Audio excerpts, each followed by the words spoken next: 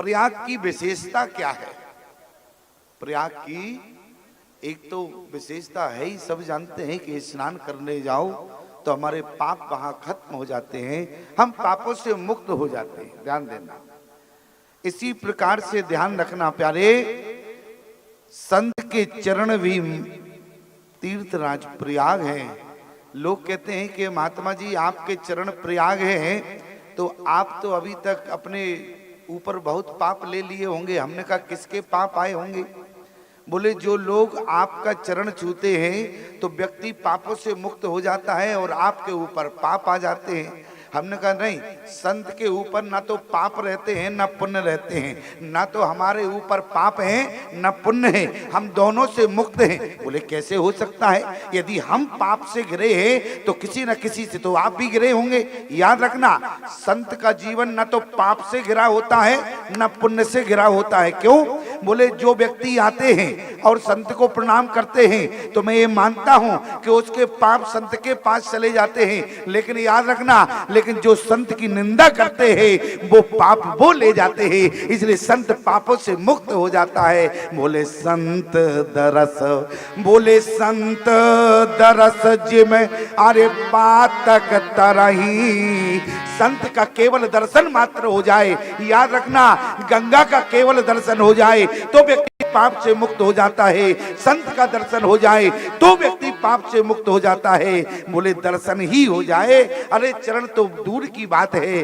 बोले संत दरस जिम पातक तरही। एक मैं आपसे निवेदन करूं, संत का दर्शन भी जीवन में बड़े पुण्य पुंज बिन मिले न संत, आप सभी जानते हैं, और बिन हरि कृपा मिले नहीं संता। संत का दर्शन दो। अच्छा, पुण्य पुंज कब होते हैं? बोले कई जन्म के आपके जब अच्छे कर्म होते हैं उनके कारण पुण्य पुंज इकट्ठा होता है। जैसे केवट ने क्या किया? केवट ने भगवान के चरण धोए तो क्या लिखा है? बोले अति आनंद उमगी अनुरागा, अति आनंद उमगी अनुरागा, और चरण सरोज पखारन लागा, बरसे सुमन। और जैसे प्यारे देवता फूल की वर्षा कर रहे थे तो गोस्वामी जी ने क्या लिखा? बोले पुण्य पुंजो, केवट के जीवन में जब आप अच्छे कर्म करते हैं तब आपके पुण्य इकट्ठे होते हैं, तो पुण्य के द्वारा संत का दर्शन होता है और एक भगवान की कृपा के द्वारा संत का दर्शन। अच्छा, पुण्य का दर्शन कब होता है?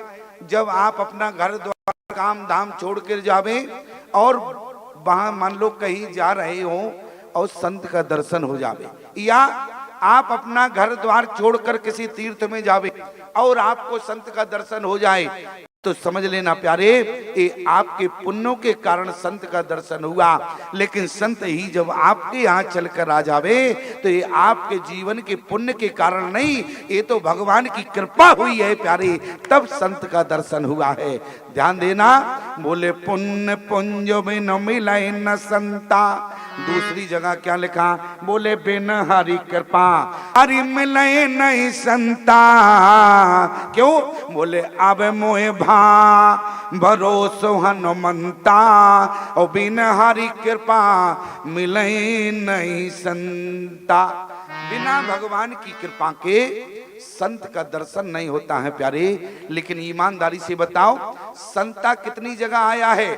बोले पुण्य पुंज बिन मिले न संता, बिन हरि कृपा मिले नहीं संता। नारद देखा बिकल जयंता, लाग दया कोमल चित संता।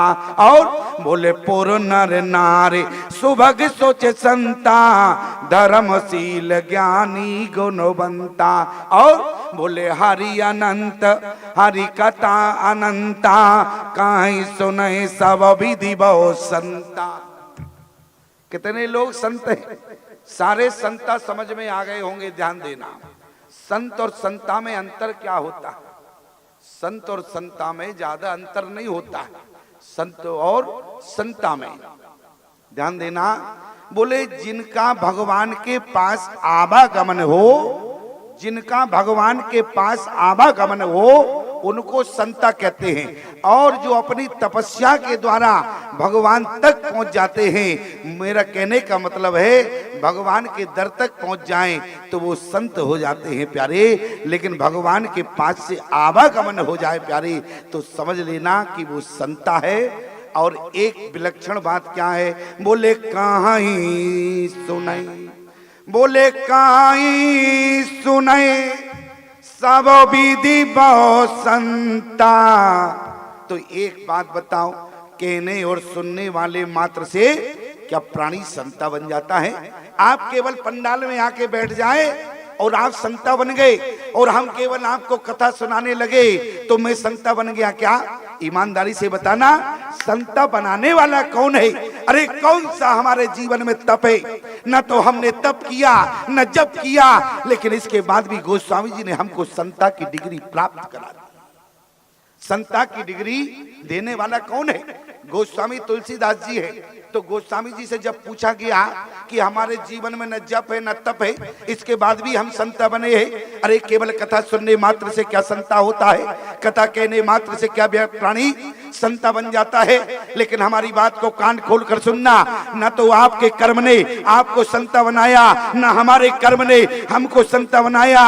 अरे संता बनाने वाले तो बोले स्वयं पवन पुत्र श्री हनुमान जी महाराज है। उन्होंने आज बड़ी कृपा की प्यारे, जो हम और आप दोनों को संता बना दिया। आप कह रहे होंगे स्वामी जी हमको ये बात समझ में नहीं आई, हनुमान जी कहाँ हैं और इसके बाद हमको संता बना दिया? तो बड़े सरल ढंग से सुनने का प्रयास करिएगा। आज शनिवार का दिन है, ईमानदारी से बताओ शनिवार का दिन है कि नहीं? अच्छा ये तो समझ गए आप, शनिवार का दिन है। और शनिवार का दिन है, अरे शनिवार का दिन हो या कोई दिन हो, और एक बात और बता दे, बड़ी कान खोल कर सुनना हमारी बात को, और बुरा लगे तो भले ही लग जाए, हमें कौन तुम्हारे मगोड़े पकोड़े, क्यों? हमें तुम्हारे मालपुआ तो खाना नहीं है, तो हमें तुम्हें मनाना। ध्यान देना मेरी बात पर, मैं आपसे निवेदन करूं। आज लोग जाते हैं मंदिर में मनोती मांगते हैं, आज लोग मंदिर में जाते हैं मनोती मांगते हैं, कहते हैं भगवान यदि हमारा काम हो जावे तो हम घंटा चढ़ाएंगे। घंटा क्या तुम खाक घंटा चढ़ाओगे?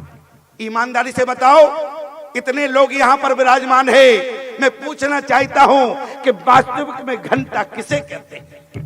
बताओ कोई खड़ा होकर, वास्तविक में घंटा किसे कहते हैं? याद रखना, पीतल का जो घंटा होता है जिसको तुम बजा देते हो, इसको घंटा नहीं कहते। क्या ये असलियत में घंटा है? अरे ये तो बनाया हुआ घंटा है। लेकिन ध्यान देना, जो हमारे और आपके जीवन में जो 24 घंटे हैं वो मूल घंटे हैं। इसलिए प्यारे भगवान कहते हैं 24 घंटों में आप 23 घंटे परिवार में दो, आप सो अपना काम करो, लेकिन कम से कम 1 घंटा तो हमको दो। ईमानदारी से बताना, जीवन में 1 घंटा कोई देता है क्या? अरे खेत में गए काम करते हैं, कितने घंटे दिए? रात को खर्राटे लेते हैं, कितने घंटे देते हो? परिवार के बीच बैठते हो, कितने घंटे देते हो? लेकिन प्यारे 20 सभा में खड़े होकर बताओ कि हम भगवान के सामने समक्ष खड़े होकर 1 घंटा प्रतिदिन देते हैं प्यारे। कभी तुमने जो सही घंटा है उसको कभी समर्पित नहीं किया और नकली घंटा भगवान के सामने प्रस्तुत करते। आज तुम नकली घंटा भगवान को चढ़ाकर खरीदना चाहते हो प्यारे। एक बात याद रखना, भगवान कोई इतनी सस्ती चीज नहीं है जो आप नकली घंटा चढ़ाकर खरीद लें। जिस दिन आप अपने जीवन का असली घंटा भगवान को समर्पित कर दोगे, ये महात्मा गारंटी देता है प्यारे, तुम्हें भगवान तक नहीं जाना होगा, भगवान ही तुम तक आ जाएगा प्यारे। लेकिन असली घंटा देना होगा। असली घंटा कौन है? जो 24 घंटे तुम्हें भगवान ने दिए हैं। अरे जो 24 घंटे दिए हैं उनको समर्पित करो। लेकिन देखो लोग कितने मूर्ख हैं, नकली घंटा लाते हैं बाजार से जिसकी कीमत होती है, और आज असली घंटे की प्यारी अनमोल कीमत है, लेकिन आज तक तुमने परमात्मा को वो घंटा कभी समर्पित नहीं किया।